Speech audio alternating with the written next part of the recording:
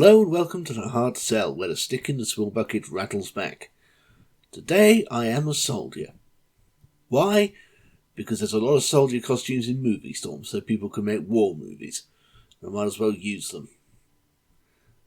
Here's a lame excuse in the form of a Have a Break episode. Have a break. Today's break comes from March 1989 and a documentary called From Dunster to Derry. Note the Weasley apostrophe. All about the history of the Green Howards. Neither a music hall troupe nor a euphemism, but the trading name of Alexandra Princess of Wales's own Yorkshire regiment. They were called that because of reasons. Anyway, they celebrated their tricentennial in 1989, so Yorkshire Television did a programme about them to fill a bit of a space on a Saturday tea time before the shows people actually wanted to watch came on. And here are the adverts from the middle of it. First, you know who. And now, monsieur, the sliced Bolivian crab with devil truffles and a bit of Tahitian seaweed. Voila. Something to drink, monsieur? Well, I did come here for something to eat, but, strange works with eyes. Oh, that newfangled minimalist nouvelle cuisine bollocks, where a tiny amount of food is bunched up in the centre, leaving the plate full of tasteful white space. By 1989, in hardcore gastronomic circles, it was actually long since passé, and on the verge of being all but abandoned altogether. But in the mass consciousness, it had penetrated relatively recently, what with the age of the yuppie being this sort of form over function bollocks closer to home. Anyway, the point is, tonic water is tasty.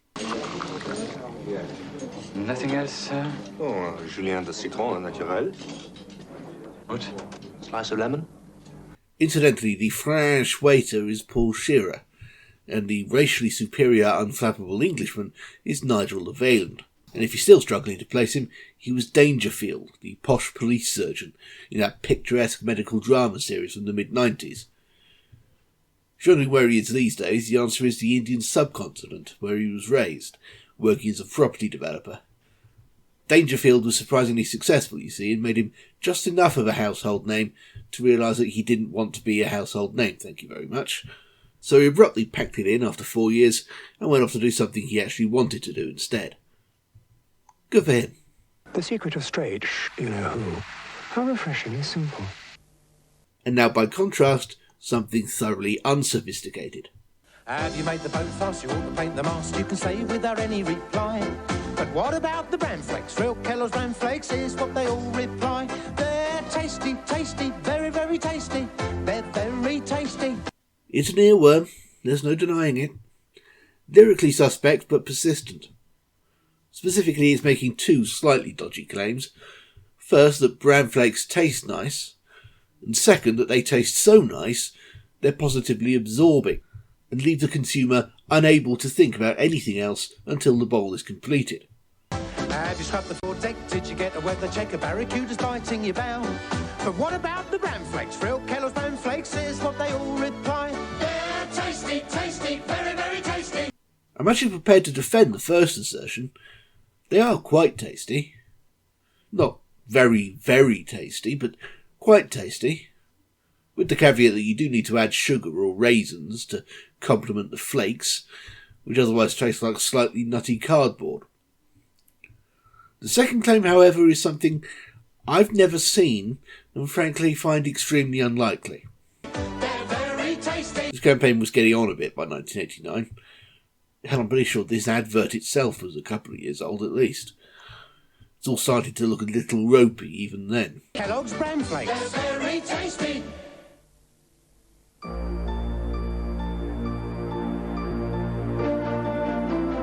People. Looking at paperwork. With the right soundtrack, anything could be suspenseful.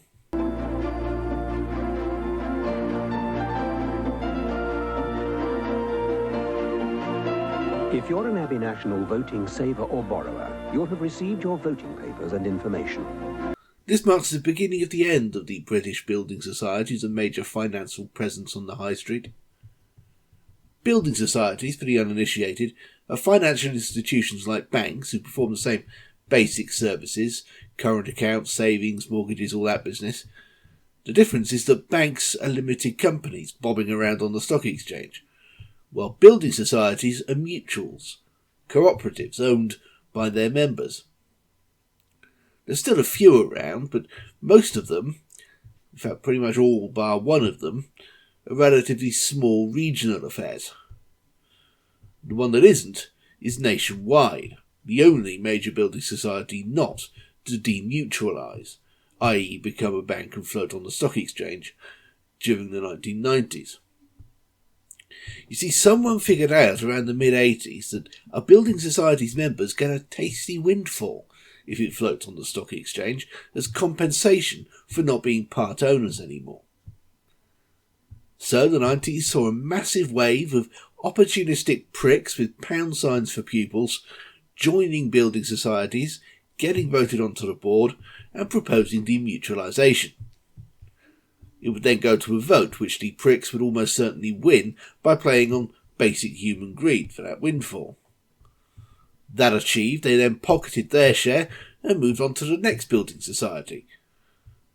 The strategy, which came to be known as carpetbagging, was simultaneously completely transparent and totally legal and above board, technically speaking, which is why it eventually claimed every single building society in the land.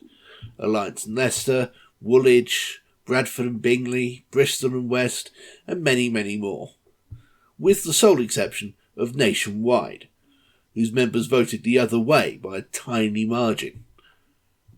Most of those old names couldn't survive in the more cutthroat high-risk world of PLCs and died out within a decade, one way or another. Abbey National limped along slightly longer. Anyway, this is where it all started.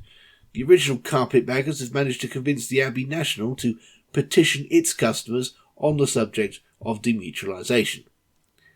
This being March 1989, it's actually quite late in the process. As the VO says, customers will have had their voting papers by now, and it's a matter of filling the bloody things in and sending them. Your vote is important. Now it's time to vote on the proposal to become a PLC. Your vote is important. I mean, who knows, if more people had bothered to send in papers turning the proposal down, we might still have more than one building society in the country worth a damn. As it is, the Abbey was a bank by July, a meaningless brand name by the turn of the century, and just Santander by 2010. Nationwide, and most of the other remaining building societies, now have a membership clause requiring their members, in case of demutualisation, to donate that windfall to charity, rather than keeping it for themselves, which has successfully put off any more carpetbagging. Well, that and the fact that there's not a lot of carpetbagging left to do. So don't miss out. Vote now. Remember this year's Crufts winners from the What's Up doc tape? Meet the finalists from this year's Crafts. They have what it takes to be the best at the world's most famous dog show, and they're all regularly fed on pedigree chum. Good times. Well, here's the Supreme Champion again, a big hairy collie job called Potterdale Classic of Moonhill, although as far as she knew, she was called Cassie. This year's Supreme Champion at Crafts is fed on pedigree chum. I'm never convinced the dogs involved in these shows really have any idea what's going on or why. Except for the agility course, that's just a good time for everyone. Anyway, here's her similarly coiffured trainer to explain that it's all, partly, down to good old pedigree chum. Brenda White tells us why. She wouldn't be in this condition without the correct sort of diet, and it obviously suits her. I think if you've got them settled and happy on something, and dogs are not like humans, you can't change a diet every day and vary it, so I think it's best to stick to something that you know and trust. I wonder who's ripping off whose hairstyle. Every scrap has always gone out of her dish, so I think that's the living proof that she enjoys it. I don't think it's proof of anything, really. Eating is an end in itself for dogs. She cleaned her bowl if it was full of butcher's offal. Here's some things to pour fresh cream on. Well, it makes a change from strawberries. Yes, we all know this one. The Scream for Cream campaign has been going on for a while now, and will go on for a while longer, despite being more irritating the longer it went. It's already clearly started to eat itself, with its own jingle here making meta-commentary on the variety of images.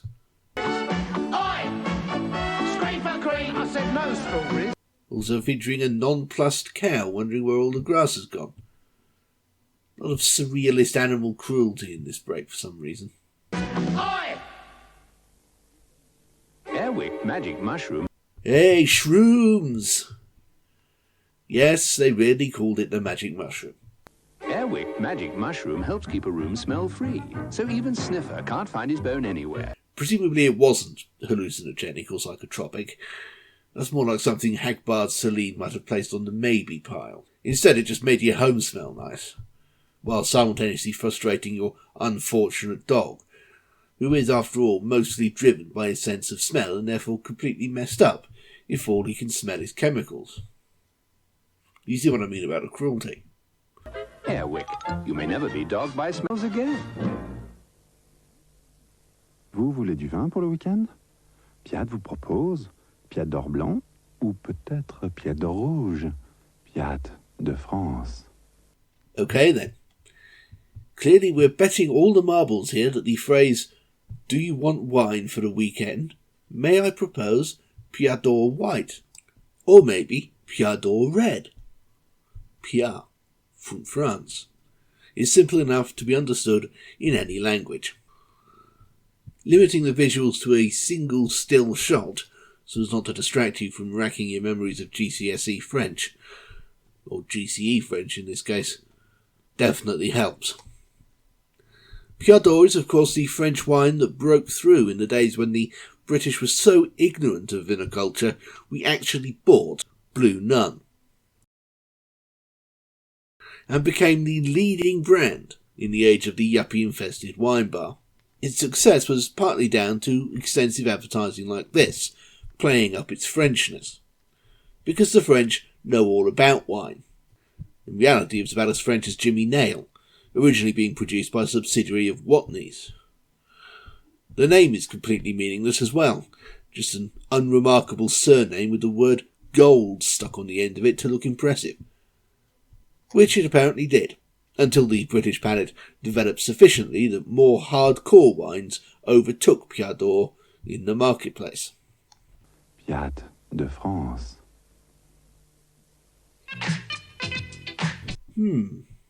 Looks vaguely scientific, like germs viewed through a microscope. And yet it's rendered in pastel-coloured wobbly-lined animation. This might lead you to expect to be commanded to buy Synatogen. At least if you've watched too many adverts, like I have. But that's not the case. What do we pick that Jaspers pick? Fruit, tempting fruit. Hey! Instead, it's biscuits. Fruity biscuits. Unpeel new McVitie's fruit Jaspers and you'll find a blend of oranges, lemons and limes baked into every biscuit.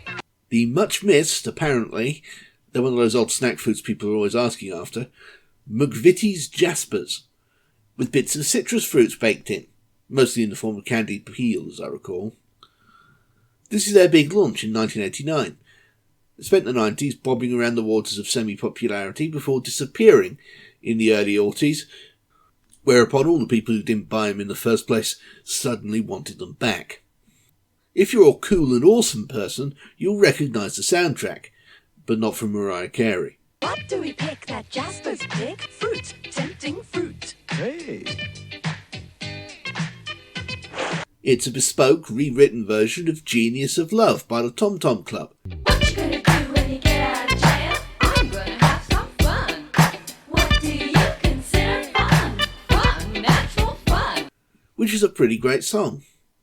However, strip it out of context, shave it down to the level of an advertising jingle and filter it through random sessioneers instead of half of talking heads, and it turns into a stiff funk workout clearly being performed by too many white people. Unpeel new McVitie's fruit Jaspers and you'll find a blend of oranges, lemons and limes baked into every biscuit, with the tangy taste of real citrus fruit.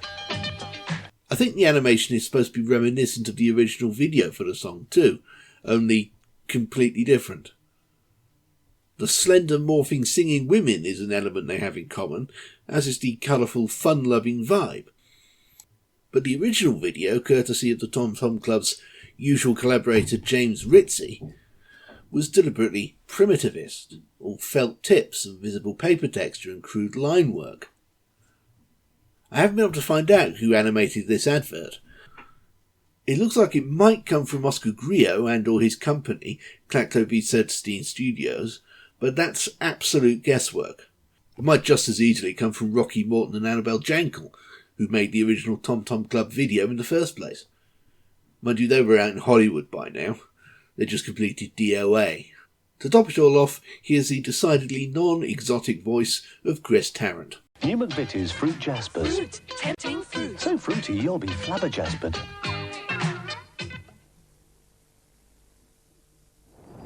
And then we're back with the 27 glorious decades of the Seven Raymonds documentary or whatever. Alright, they're called that because of an old tradition where regiments were known by the name of their colonel.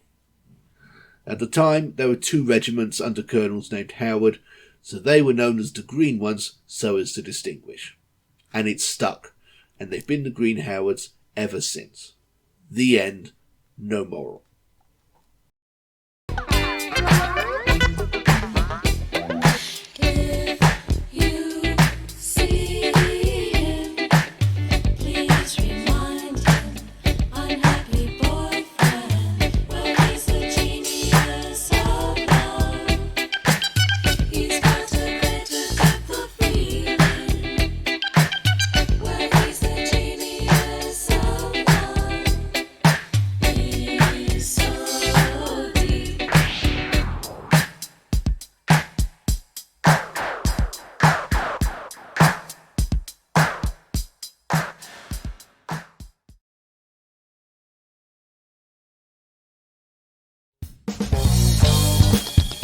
You just sat through a Bob the Fish production. Nice! If you haven't already, you absolutely must check out bobthefish.org.uk. Literally hundreds more videos not unlike that one, adding up to days worth of entertainment and all absolutely free. But if you're not a cold-hearted skinflint, you can always support us on Patreon. For as little as anything at all, you can make programs like the one you just watched possible in the first place, and become eligible for bonus material such as glimpses of the book I'm writing about the BBC, monthly riffings on random commercial breaks, the complete archives of the angry political satire magazine Two Sons, and even the odd very occasional bonus video essay unavailable anywhere else. If nothing else, you should prevent me from starving and or freezing to death in the foreseeable future, so that'll be nice. No pressure or anything. bobthefish.org.uk. You make it what it is.